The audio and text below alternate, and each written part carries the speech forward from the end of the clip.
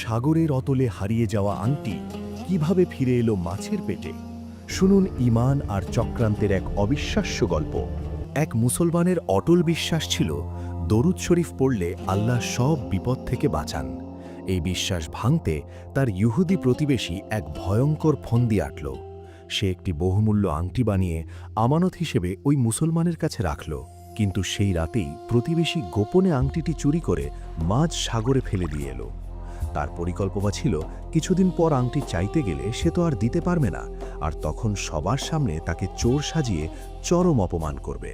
কিছুদিন পর ফিরে এসে সে আংটি দাবি করল।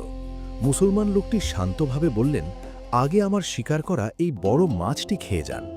এদিকে রান্নাঘরে মাছ কাটতেই স্ত্রী অবাক, মাছের পেটের ভেতর জল জল করছে সেই হারানো আংটি। আংটি দেখে প্রতিবেশীর চোখ ছানা বড়া। সে কাঁপতে কাঁপতে বলল, এটা তো আমি সাগরে ফেলে দিয়েছিলাম। মুসলমান লোকটি হাসি মুখে বললেন, দরুদ শরীফের বরকতে আল্লাহ আমাকে অপমান থেকে বাঁচিয়েছেন। এই অলৌকিক ঘটনা দেখে লোকটি কেঁদে ফেলল এবং সাথে সাথে ইসলাম গ্রহণ করল।